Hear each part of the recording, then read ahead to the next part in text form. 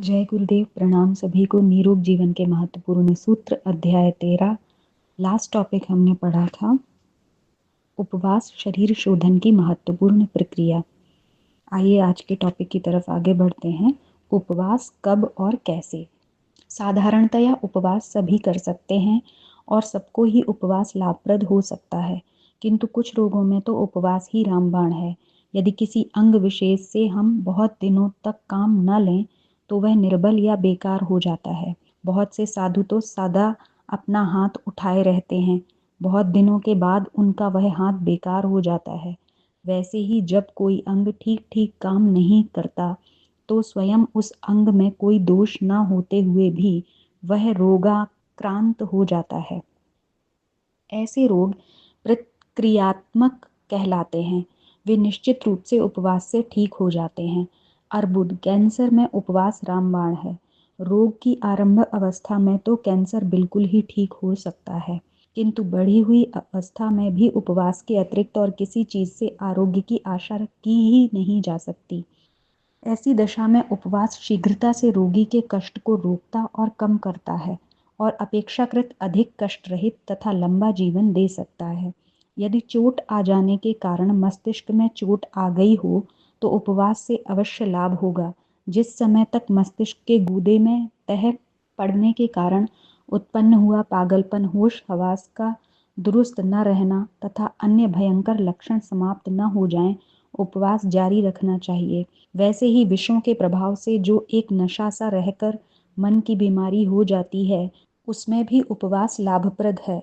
लाल बुखार, साधारण ज्वर तथा सब प्रकार के ज्वरों में गले की सूजन, कुकर खांसी, जुकाम, सर्दी, खांसी, पायरिया, छोटी माता या खसरा, बच्चों के अर्धांगवात रोग की प्रारंभिक दशा में हिस्टीरिया, अपतंत्र वायु, मानसिक वायु रोग तथा अधाशीशी, सिर दर्द, दस्त, जी मिचलाना आदि में भी उपवास तथा हल्के उपवास बहुत लाभप्रद होते हैं। गर्मी या उपदंश की प्रारंभिक अवस्था में उपवास विशेष लाभप्रद होता है। महात्मा गांधी ने भी लिखा है, डॉक्टर मित्रों से माफी मांगते हुए, किंतु अपने संपूर्ण अनुभवों के और अपने जैसे दूसरों के अनुभवों के आधार पर मैं बिना किसी हिचकिचाहट के यह कहूँगा कि यदि निम्नलिखित शिकायत हो तो अवश्य ही उपवास किया जाए। कब्ज में, रक्त की कमी में, बुखार आने पर, बदहजमी में, सिर दर्द में, वायु के दर्द में, जोड़ों के दर्द में, भारीपन मालूम होने पर, उदासी और चिंता में, बेहद खुशी में, यदि इन अवसरों पर उपवास किया जाए तो डॉक्टर के नुस्खों और पेटेंट दवाओं से बचत हो जाएगी। बादी, मोटापा कम करने की इच्छा वालों के लिए उपवास से बढ़कर कोई सरल और उत्तम उपाय है ही नहीं। बादी को दूर करने में भी उपवास रामबाण है। लकवा, कंठमाली, ताप तिल्ली, बवासीर आदि में भी उपवास बहुत लाभ करता है। मंदाग्नि, पेट के दर्द, अतिसार, पेचिश, आंतों, पेट तथा प्रदर के अन्य सभी रोगों में उपवास करना चाहिए। जीर्ण रोगों में भी उपवास लाभप्रद है। अंतर, प्रदाह, भीतरी सूजन, पित्त संबंधी रोगों में दमा, गठिया, मधुमेह, जिगर के रोग, जुकाम, गले में खराश, खांसी, चिड़चिड़ापन, क्रोध तथा मानसिक विकारों को दूर करने के लिए बाई, वायुगोला, शूल दर्द आदि में उपवास करें। आत्मिक शांति तथा मानसिक आवेगों को दबाने में भी उपवास बड़ा सहायक सिद्ध होता है। क्रोध, शोक, घृणा आदि भी उपवास द्वारा दबाए जा सकते हैं। इससे कुत्सित विचार तथा बुरी भावनाओं आदि का शमन हो जाता है। गठिया, बाय, मूत्राशय संबंधी रोगों जैसे गर्मी, सुजाग, सूजन, मधुमेह, दमा, लकवा, यकृत में रक्त का जमा होना, बादी, मोटापा, मस्तिष्क में खून का जमा होना, पेट तथा सीने की जलन, नसों के कड़े होने या अन्य विकारों में कैंसर, मोतीझरा, अपेंडिसाइटिस आदि में लंबे उपवास करना चाहिए। कब्ज, पेचिश, मंदाग्नि, अतिसार, शूल दर्द, खांसी, जुखाम, सर्दी, फोड़े फुंसी, खुजली तथा अन्य चर्म रोगों में, दांत, आंख, नाक आदि में दर्द, छूत के रोगों में जैसे शीतला, खसरा आदि में, पेट में कृमि पड़ जाने या चुनने होने पर सिर दर्द, पेट दर्द, साधारण बुखार, डिप्थीरिया, आंतों या पेट के अन्य यंत्रों के स्थानापन्न होने आदि रोगों में छोटे उपवास करना चाहिए। लंबे उपवासों की पहले से कोई निश्चित दिनों की संख्या निर्धारित नहीं की जा सकती। यह तो मनुष्य की शारीरिक दशा, स्थिति आदि के ऊपर निर्भर है। साधारणतः जब तक स्वाभाविक भूख न लगे तब तक उपवास जारी रखना चाहिए। साधारण रोगों में भी जब तक रोग की तीव्रता न समाप्त हो जाए तब तक उपवास करें। छोटे छोटे उपवास करके अच्छा होने में समय अधिक लगता है और लंबे उपवास में रोग से मुक्ति शीघ्र ही होती है। अपटन सिंक्लेयर का मत है, मेरी समझ में पाचन शक्ति के मंद पड़ने, आंतों में मल जमा होने, सिर में दर्द रहने, कब्जियत होने तथा इसी प्रकार की और दूसरी साधारण छोटी मोटी शिकायतों के लिए 10-12 दिनों का उपवास बहुत ठीक होता है।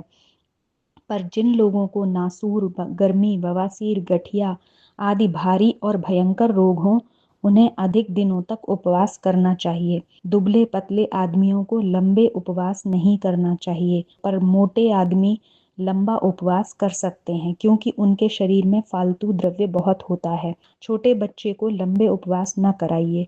5-6 दिन से अधिक लंबे उपवास उन्हें बिना किसी विशेषज्ञ की देखरेख और सलाह से कभी न करवाएं। 14 वर्ष तक के बच्चों को छोटे उपवास से जितना लाभ होता है उतना बड़ों को कभी नहीं होता। जुकाम, खांसी, हर प्रकार के ज्वर उपवास करते ही भाग जाएंगे। बच्चों के शरीर का संगठन ही प्रकृति की ओर से ऐसा होता है कि वे शीघ्र ही उपवास द्वारा आरोग्य हो जाते हैं। 1 सप्ताह से अधिक दिनों तक का, महीना, 2 या 3 महीने का उपवास लंबा और 1 सप्ताह तक का छोटा उपवास कहलाता है। 10 दिनों के उपवास से पूरा विष शरीर से बाहर नहीं निकल सकता। जीभ पर पड़ी हुई पपड़ी और मैल, दुर्गंधि, वास, बेजायका जीभ तथा खुलकर स्वाभाविक भूख लगना आदि लक्षण जब तक फिर प्रकट न हो जाएं, तब तक अपूर्ण तथा अधूरा रहता है। 8-10 दिन के उपवास अधूरे ही होते हैं। ऐसे उपवास तो प्रत्येक दशा और प्रत्येक अवसर पर बिना किसी हानि अथवा कष्ट के कोई मनुष्य कर सकता है। लंबे उपवासों में भी जब भूख लौट आवे तभी उपवास तोड़ा जाए, यह आवश्यक नहीं है। कई ऐसी दुर्घटनाएं हुई हैं कि भूख नहीं लगती पर अन्य चिन्ह उपवास तोड़ने लायक प्रकट हो गए, पर उपवास करता जिद्द पकड़े रहा और अंत में उसने भारी हानि उठाई। तो आज के टॉपिक में ये बताया गया है कि उपवास छोटे स्तर पे भी किया जा सकता है और लंबे समय तक भी किया जा सकता है, लेकिन उसे किसी चिकित्सक के सलाह से और शारीरिक स्थिति को देखते हुए करना चाहिए। बिना जानकारी के उसे नहीं करना चाहिए, अन्यथा लाभ के स्थान पर हानि भी हो सकती है। लेकिन छोटे उपवास तो सभी लोग कर सकते हैं। बच्चों को बहुत लंबा उपवास नहीं कराना चाहिए। 5 दिन से अधिक का उपवास उनके लिए नहीं होता है। और जब आप किसी रोग से पीड़ित हों तो उपवास के द्वारा भी उसकी चिकित्सा की जा सकती है। कब्ज में, मिचली में और भी अन्य रोगों में उपवास बहुत लाभदायक है। तो इसलिए हम भी अपने जीवन में उपवास को शामिल करें क्योंकि वो हमारी शरीर को डिटॉक्स भी करता है।